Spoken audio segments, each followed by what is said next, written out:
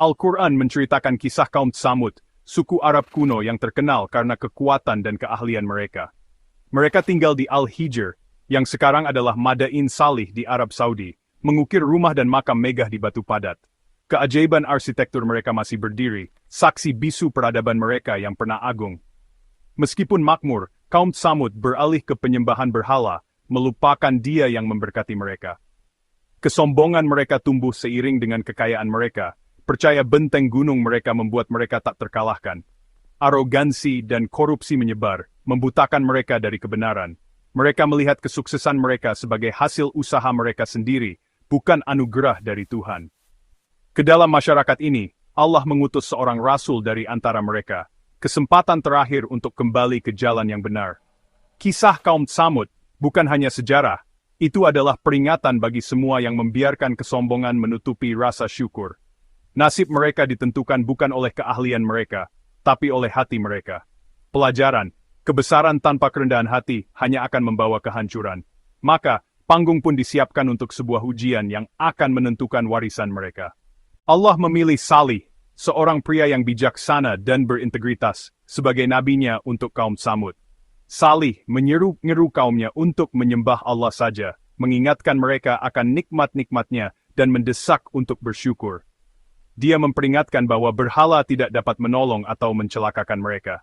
Para pemimpin merasa terancam oleh pesannya, mengejek dan menolaknya. Dulu kau adalah harapan kami Salih, ejek mereka. Sekarang kau menantang tradisi kami. Orang-orang terpecah, beberapa tertarik, sebagian besar ditekan untuk menolaknya. Para elit menuntut mukjizat, berharap untuk membongkar Salih sebagai penipu. Tantangan mereka bukan untuk kebenaran, tetapi untuk membungkamnya.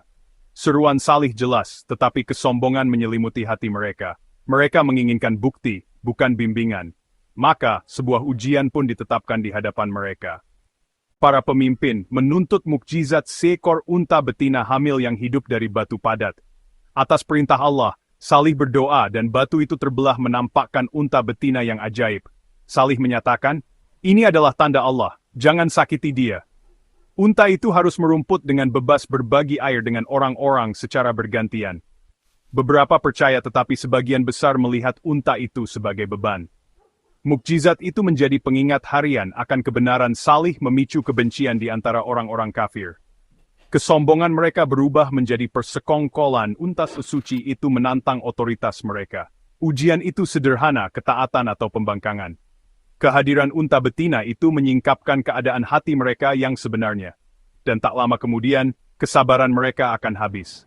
Para pemimpin bersekongkol untuk membunuh unta betina itu, melihatnya sebagai ancaman bagi kekuasaan mereka.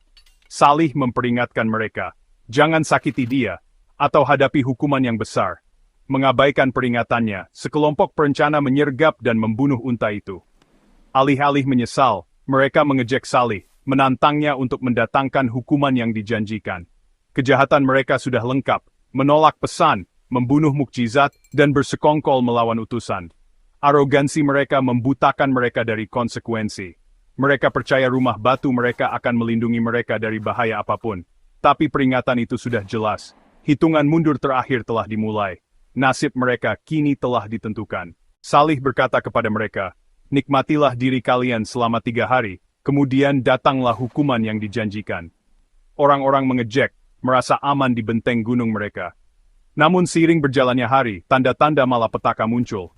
Wajah mereka berubah warna, ketakutan merayap masuk. Pada pagi keempat, ledakan dahsyat dari langit menghantam. Dalam sekejap, semua kehidupan di Tsamud musnah. Rumah-rumah megah mereka tidak memberikan perlindungan. Kisah kaum Tsamud adalah peringatan abadi. Tidak ada kekuatan atau keahlian yang dapat menyelamatkan mereka yang berkeras dalam kesombongan dan penolakan. Reruntuhan mereka tetap ada, pelajaran bagi semua yang lewat. Dengarkan peringatan, rangkul kerendahan hati, dan ingatlah sumber sejati dari semua berkah. Karena pada akhirnya, hanya iman dan rasa syukur yang abadi.